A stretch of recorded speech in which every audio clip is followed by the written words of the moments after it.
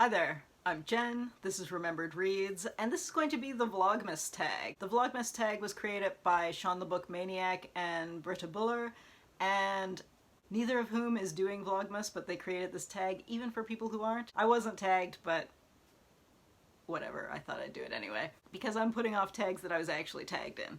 The prompts are the letters in the word Vlogmas. Prompt number 1, V is for Voyage. Name a book that involves travel. Alright, how about Wounded? The Journey Home from the Great War, which is about people who were injured in action in the First World War and then sent home to convalesce or to deal with their new lives in new bodies. I suppose I could have picked a travelogue type book, but that's too uplifting and we can't have that in the festive season. Question number 2 is L is for LGBTQ+. Recommend a favorite book or author. I feel like that's the kind of question that's on all kinds of tags, and I normally always mention K. Diker's The Quiet Violence of Dreams, but because that is out of print and almost impossible for most people to find, I feel like I should name something else. So I'm gonna name Mary Renault's The Alexander Cycle Trilogy. I don't know what that series is actually called, but The Persian Boy was one of them. It's about Alexander the Great. Mary Renault was, I believe, identified as a lesbian. It's about Alexander the Great, who was bisexual.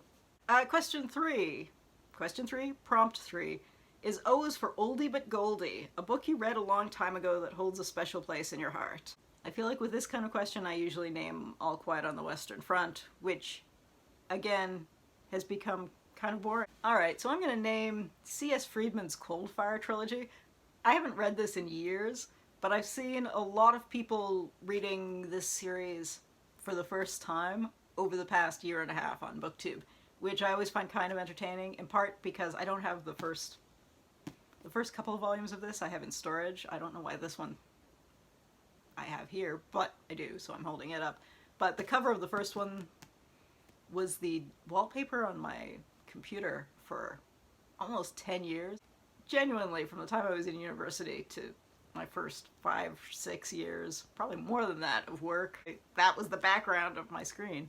So I'm kind of thrilled that people are rediscovering this series, even though I haven't reread it in years, so I have no idea if I would still enjoy these. But I have a fond memory, so whenever I see people talk about it, I smile. Number 4 is G is for Gift. Share some good and bad experiences of books given as gifts or received. So when I was living in Calgary, the movie version of the Da Vinci Code came out, and I had hated the book because I'd had a boss at a job back in Toronto who loved it, and I read it because she had a copy and was always gushing about it. In a weird way, like, whatever popular fiction you like, I'm glad you like it, but don't go off the deep end and say, it's all true. It's not all true. Come on, it's an adventure story. Don't go off the deep end. So because she was so into it for that, I read it and I thought it was awful. And when the movie came out, I complained to this other boss about it so frequently that he gave me a parody book for Christmas, non-denominational holiday, whatever our holiday party was called in that office, called the Da Vinci Cod, which had a fish on the cover. And I love terrible parodies. I am a person who has seen Meet the Spartans twice. So yeah, it was my kind of terrible parody. It's not a good book, but it was a lovely gift. And I think he got it off the remaindered shelf, so it was a cheap gift too, I have no doubt. Although a gift-giving story, I've talked about this before, but in general, my sister doesn't keep a lot of stuff, so if I give her books and there's something I want to read, she's very likely to give them back to me, so that's always great. Prompt number 5 is M, which is for Mass-Market Paperback. Do you like them? Why or why not? I've said this before, I love Mass-Market Paperbacks. They're sitting behind me here. And first of all, they're cheaper than other books. Secondly, they fit in a reasonable sized purse. You don't need to carry a giant bag to have this book with you. And I mean, yes, now I have a Kindle, but you don't always want to carry an electronic device. Like if you're at the beach and you just want to mark your spot with a book, a Mass-Market Paperback is a great way to do that. And yes, they fall apart eventually and they get beat up, but I feel like they just look loved at that point. And I like that. I like a Mass-Market Paperback that has cracked spines and looks beat up, because you've enjoyed that book, and I love that.